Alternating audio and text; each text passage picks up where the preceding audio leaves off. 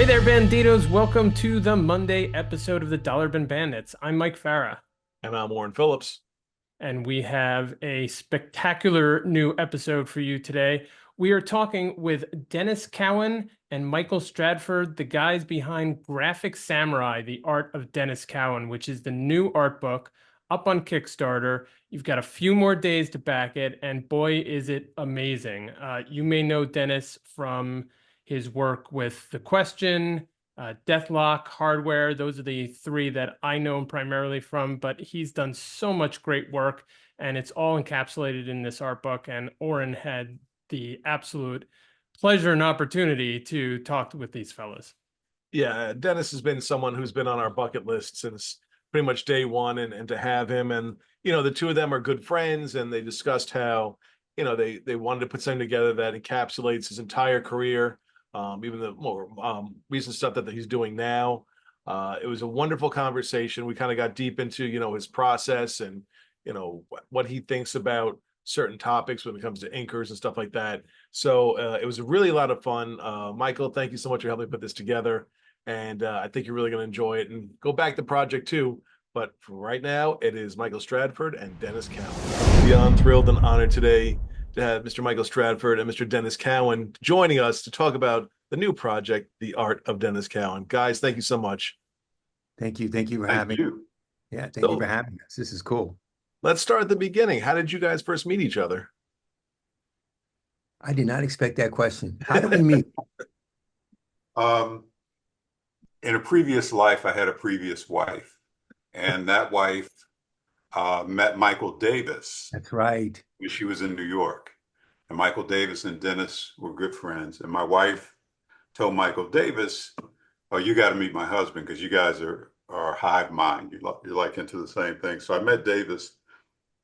And in short order, Davis introduced me to Denys, and we've been friends ever since. So that's going back to 92. Yeah, like late 80s, early 90s. Is it before Milestone? Yeah, not too long before Milestone. Right before Milestone. So it must have been like 89, 90, like around then. Yeah. That's crazy. So that's how we met. Our first date. Yeah. There you go. And here we are now. So how does this project come together? When did the idea first start? And how does it follow through to where we are now? Yeah. Looks like you froze. Did you freeze? No, there you go. Okay. Now you're back, but now you're frozen again. All right. Can you hear me? Yep. Okay. The first, as I said before, the impetus of the project came when my wife, who loves Michael Stadford, contacted me and said, "You need to talk to Mike about doing your book." And I'm like, "I'm not doing any book." So she's like, "No, you need to talk to Stadford about doing your book because it'll actually get done if he decides that he can do it." So I had to pitch the idea to Mike from my wife, but not from me, that this might be a good idea and she thinks it'd be good. And what do you think? And would you be willing to take this on? Because it's a lot of work. And plus you'd be actually dealing with me. Mm-hmm. And that's not going to be any fun, So he decided to do it. And I felt so sorry for him. He decided to do it. And here we are. It's been fantastic. And Mike, was it an easy sell for you? Yeah, very easy. I mean, he and I had kicked it around a while ago once, and he wasn't really feeling it, and I had other stuff to do, so I didn't really push the issue. But I always thought that there needed to be a book on him. So when he came to me and said, "Kathy said, I think it's time," and he was on board, then yeah, I was definitely on board. Yeah. Now, this is a question for both of you, and Mr. Cowan, I'll start with you. But in your career, are there certain projects or certain, even a panel that you worked on that has sort of become evolutionary points for you as an artist that you can look at and say, "Okay, I did this, it worked. Now I'm going to continue on," and it sort of changed the way your art is? That's a good question. Dang. Yeah, I mean, there's several points. There were several inflection points that happened for me. Some a little strange, some a little bit more profound. Mhm. It's like when I was drawing, it's like my first time doing comic books, going around doing comic books. I was doing Power Man and Iron Fist and stuff like that, Black Panther. Mhm. And I knew how to put together comics and I knew how to do it. I had, been training a long 10 years by that point. But having a real understanding of design, composition, and all the elements that make a page up, I did not have. When I started on the question is when I had to put those things together because in the question, there were no sound effects. There were none of the usual things that artists rely on to kind of get by. I had to literally draw all that stuff out and make it make sense without any of the crutches. No thought balloons, Mhm. no, nothing like that. So that's when I started really studying and paying attention. And, I looked at a lot of European artists, a lot of Italian artists, a lot of French artists, um, who interpreted American comics in a different way because all they're doing is copying us. We invented it, right? Mhm. So they're looking at it and reinventing it, but they're based on our stuff. So I always felt perfectly comfortable looking at that and learning from it. And then I just applied that stuff to my work, and that's when I probably took a jump. Mhm. It was during the question and doing stuff like that. At Marvel, this is the craziest thing. I'm drawing stuff, and they had, Romita's like here's artistic jump. They had Romita Raiders up there, Mhm. right? And those were basically guys in the bullpen, young dudes, my age, who were working for John Romita, doing fix-ups and everything. I managed to avoid all that. I was already drawing comic books, but I love being around the Romita Raiders. But Marie Severin would always help them out. So one day I'm drawing something, and I think I messed up a hat. I did something really bad. And they sent me to Marie Severin. They said, go talk to Marie. She's going to teach you how to draw this correctly. I went to Marie Severin, showed her my messed up picture, this cover I done something. And she looked at me, she says, you don't know how to draw a hat. You don't know how to draw anything. Until you can draw that, you can't really draw anything. I'm like looking at Marie Severin going, what? So she sits down and she constructs a head and she shows me how to put a hat on it for real, how to really do it right, how to Mhm. do it from all the angles. If you do it this way, you'll never mess up. She taught me how to do it, which stood me in great stead when I ended up doing the question, who always wore a hat, So I knew my hat game was going to be tight and on point. And that's all because of Marie Severin. And to this day, when I draw stuff like that require construction or anything like that, I think about her That's and awesome. her sitting down and showing me, how to do it every time.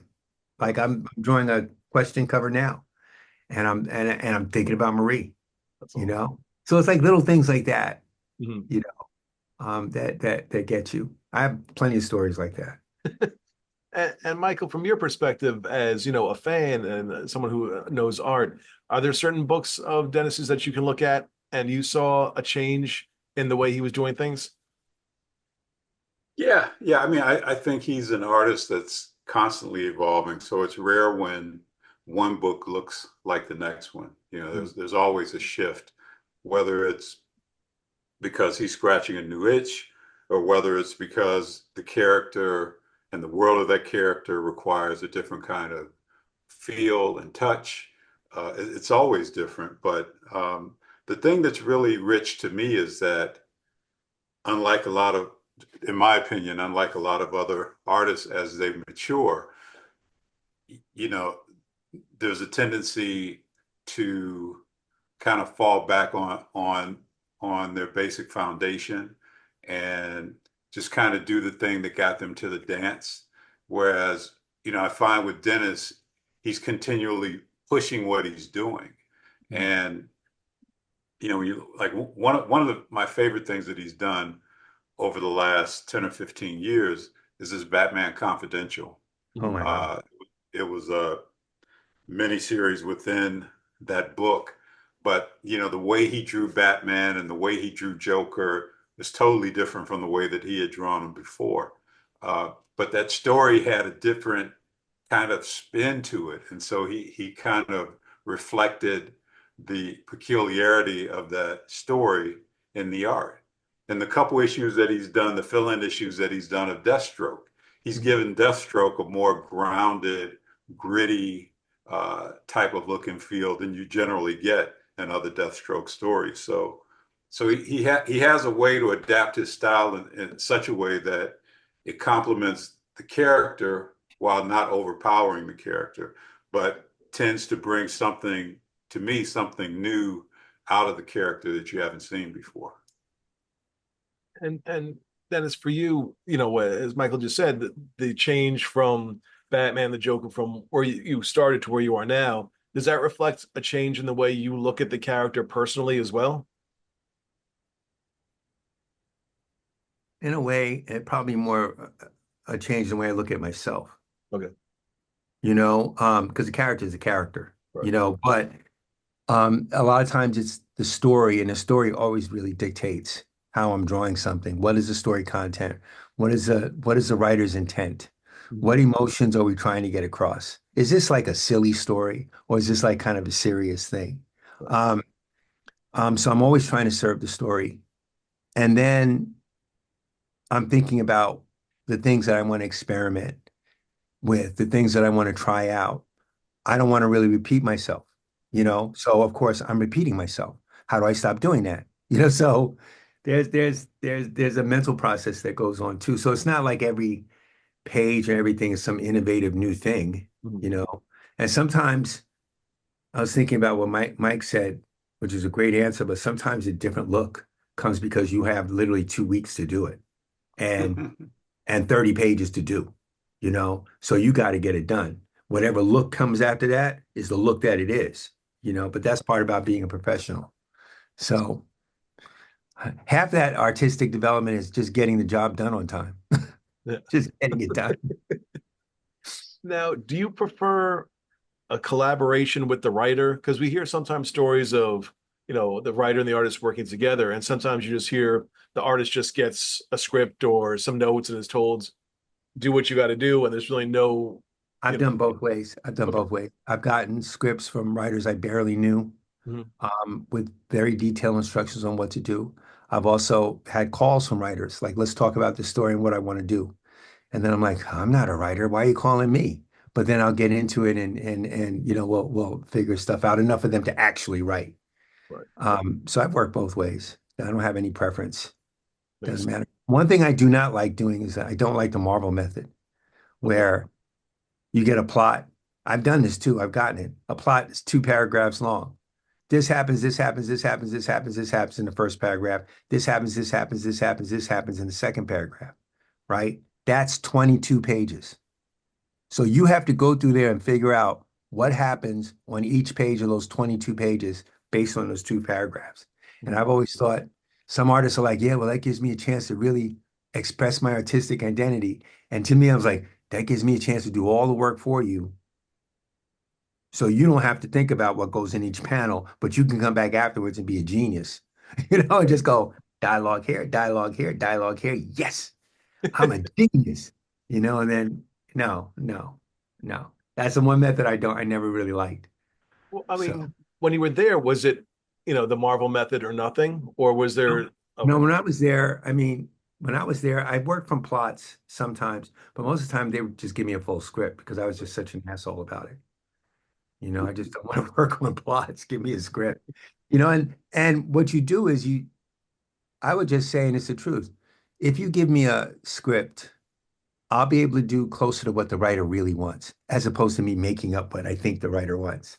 Right. And that always gets them like, oh, well, I want my true intent down there. I'm like, yes, you do. So give me a script and I'll be able to do that.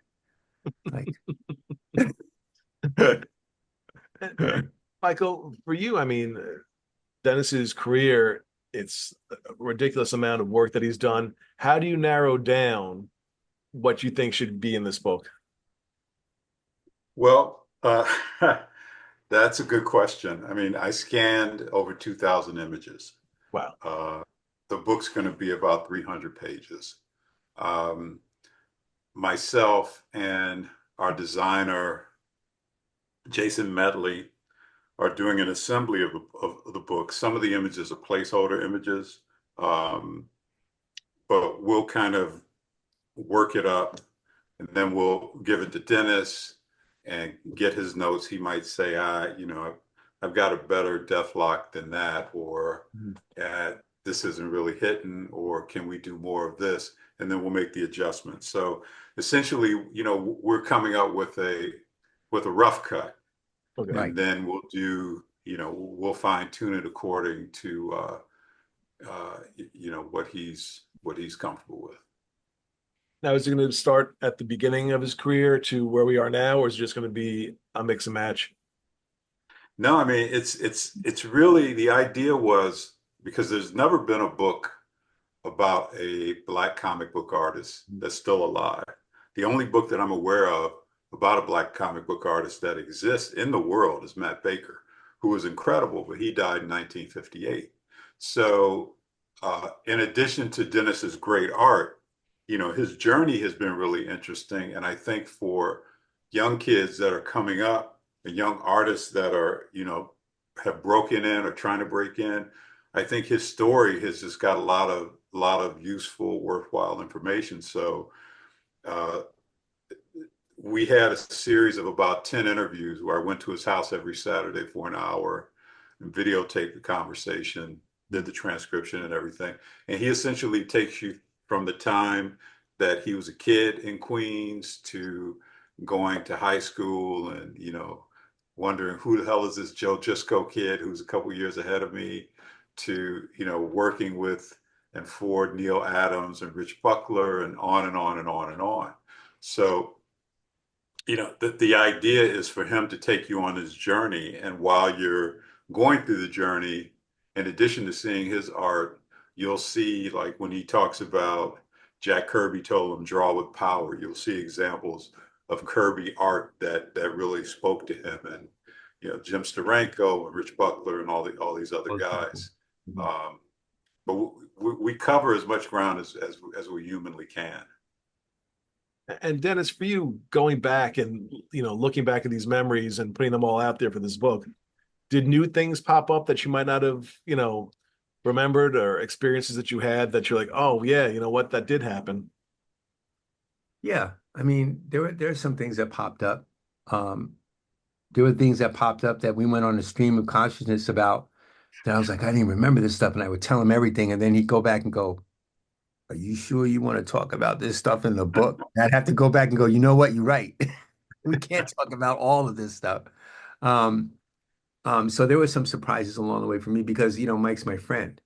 So we're sitting down and he's videotaping me, and we're speaking, we're having a conversation, but I forget that the camera's on.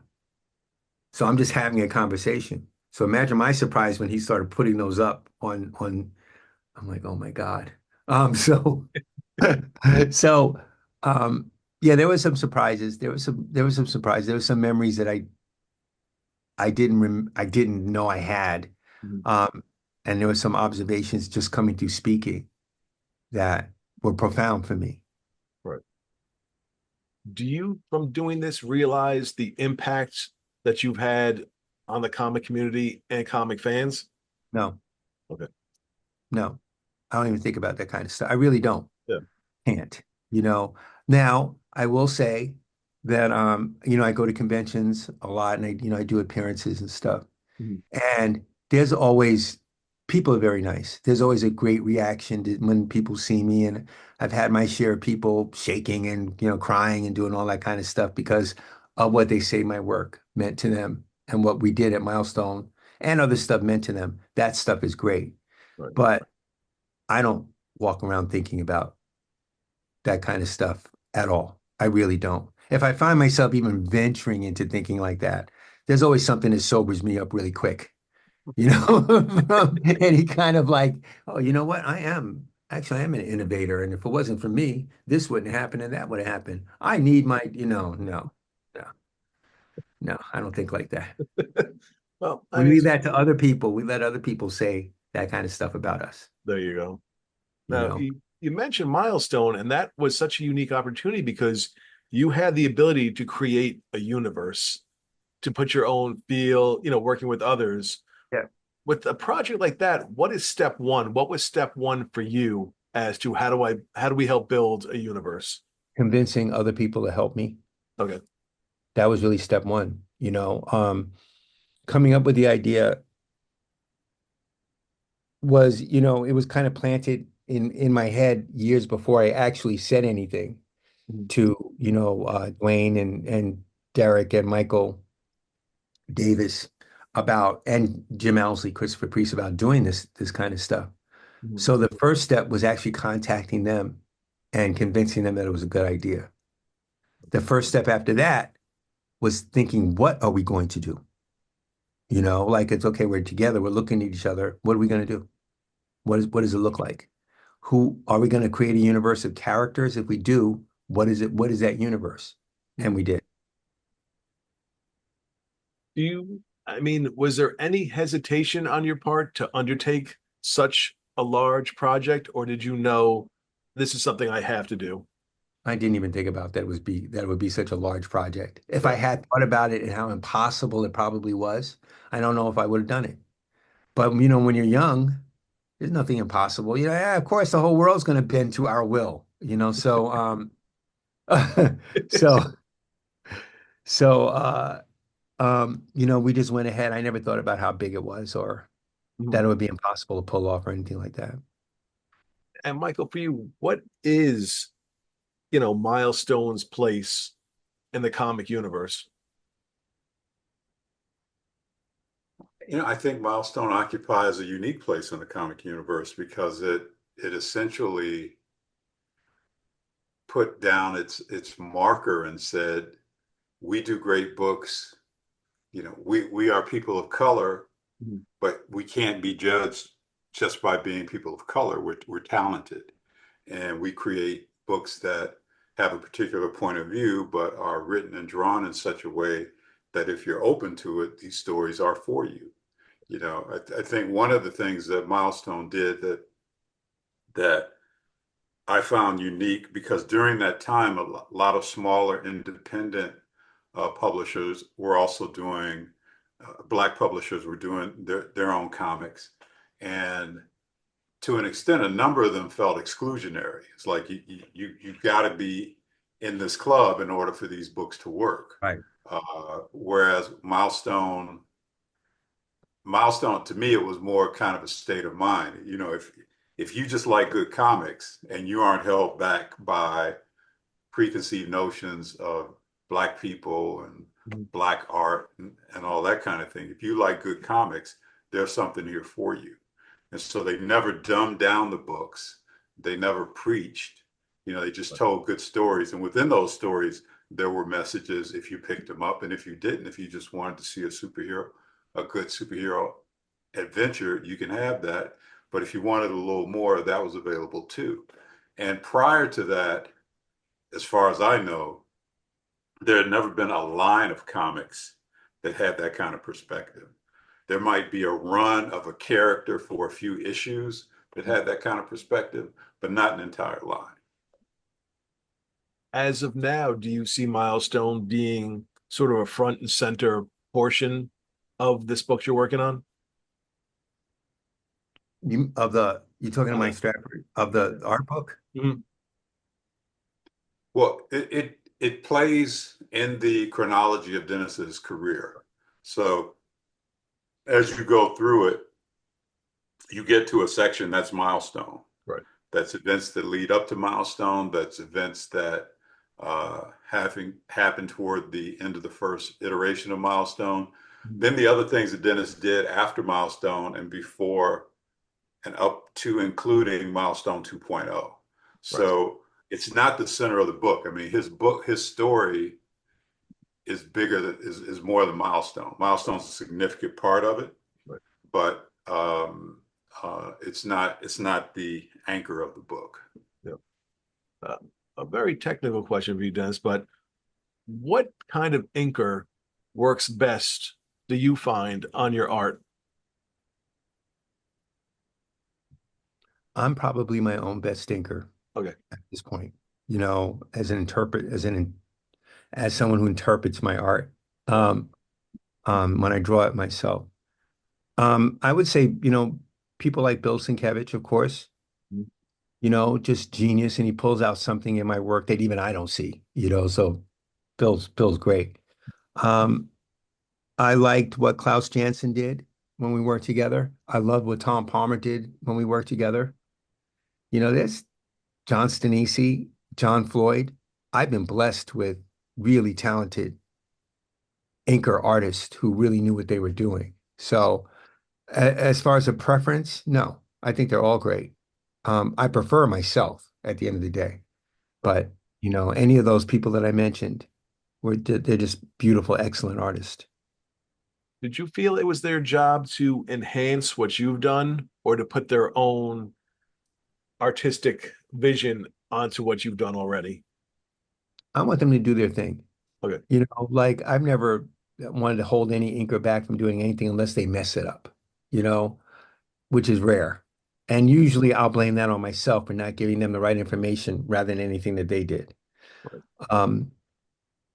What was the question again? I'm sorry. I just, did you feel it's their job to enhance Yeah, what you enhance. So it's not their job to enhance.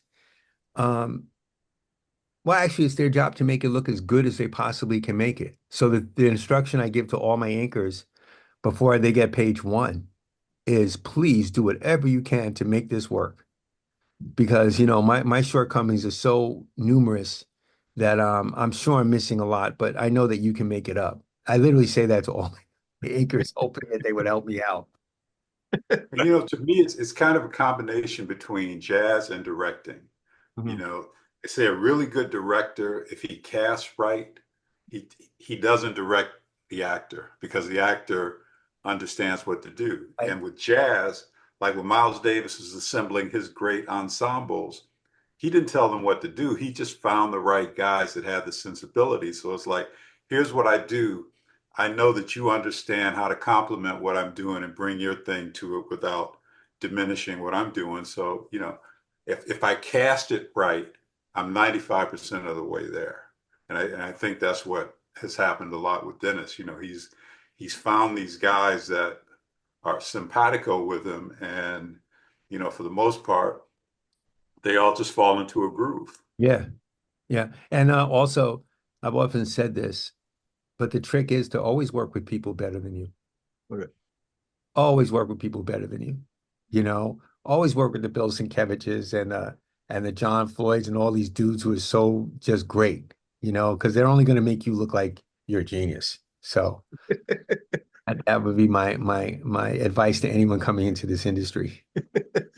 Were you ever nervous at times though when it was an anchor you didn't know, or was it a newer person coming on, or you had to have I faith in don't what know they if were? I ever been nervous about a job coming out. Nervous. I was nervous about like I did this Batman job, Batman 150 Mhm. a few months ago. I was nervous about that one Okay. because it's a big Batman book and the other artist on there, Jorge Jimenez is an awesome artist. So I'm thinking, God, I'm going to be compared to him and blah blah blah. So yeah, I was a little nervous about that one, but I don't really usually get nervous about comic books and comic book art. I just generally tend to do it. Right. I get anxious that it won't come out well, Okay. but that's about it.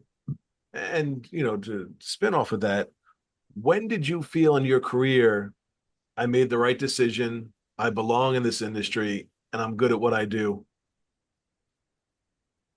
I don't know if I've come to that conclusion yet. Okay. Yeah. Like, oh my God. Um, I don't know if I've ever felt a sense of permanence or something in the industry, like, oh man, this is it. I've made it. Right. It's all gravy from here, No, I've never felt that. It's always looking for the next thing, the next gig. What are we going to do? What's the next project? Mhm. Is it going to be exciting? Will they still want to use me? Like all the things, Right. So I've never felt settled or like I'm good, I'm made. I'm Denys Cowan, so I got no problems. Here's a very loaded question. So I'll start with you, Michael, on this one. Someone says to you, what does Denys Cowan do for a living? You had to pick one thing that shows Denys at his best. What would you show them? Wow. Ah, He lies wow. for a living. What would I show them? Um, it could change at any moment, but right now I would say I would show them Captain America and Black Panther, Flags of Our Father. Okay. What about that? You thought that he was just firing all cylinders?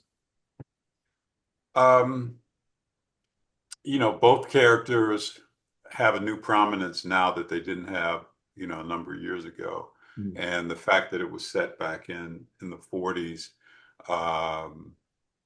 it just had a different kind of dynamism. And to me, it felt like he was channeling the Jack Kirby of the 40s with, his Captain America was leaner, he's not muscle bound, a lot more athletic.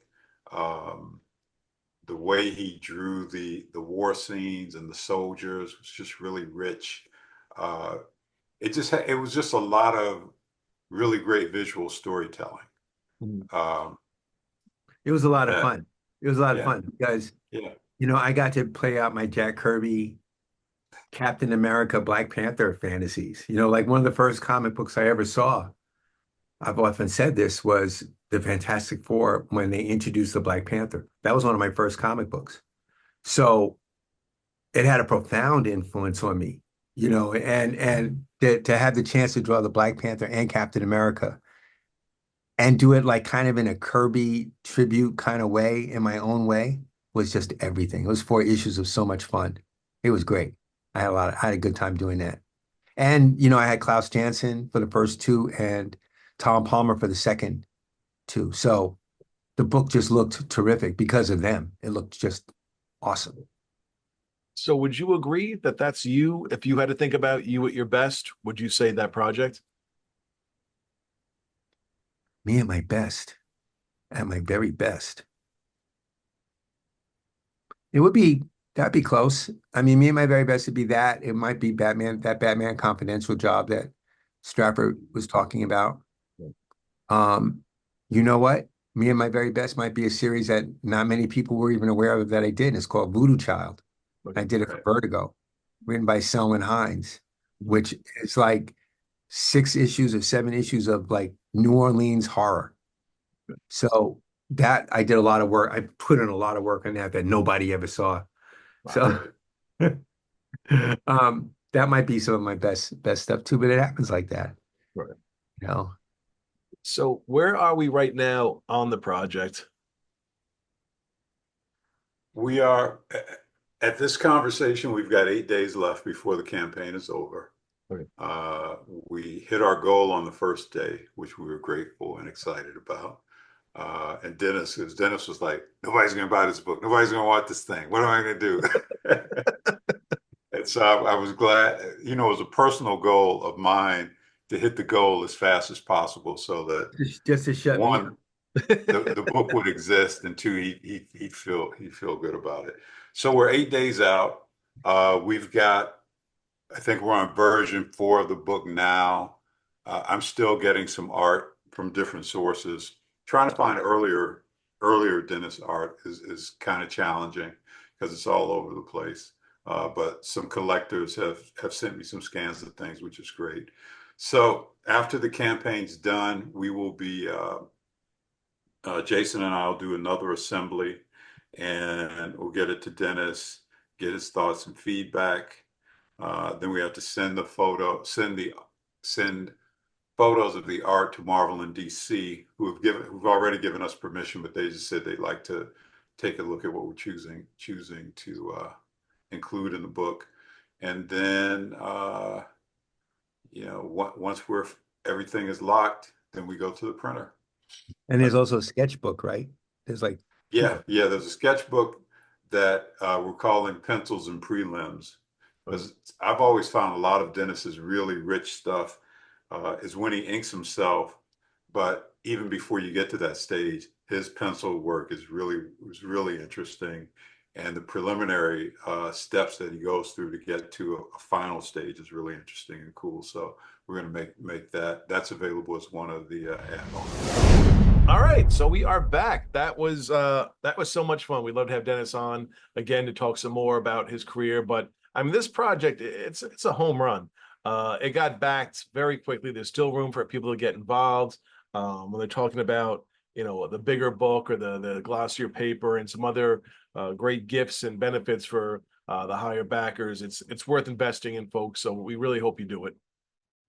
Yeah, great interview, Oren. I'm glad we had the opportunity. Hopefully we'll have another opportunity to talk to Denys. Lots of his career to plumb the depths of, but this was a good starting point. And yeah, everybody go out and back Graphic Samurai on Kickstarter. There's definitely time left, and I don't think you're going to regret it. It's going to be an amazing book when it hits your doorstop in a few months. So that'll do it for this episode of the Dollar Bin Bandits. Thank you for listening. Thank you for viewing. Thank you for rating, reviewing, subscribing, all the great stuff that supports this show. And we'll see you next issue.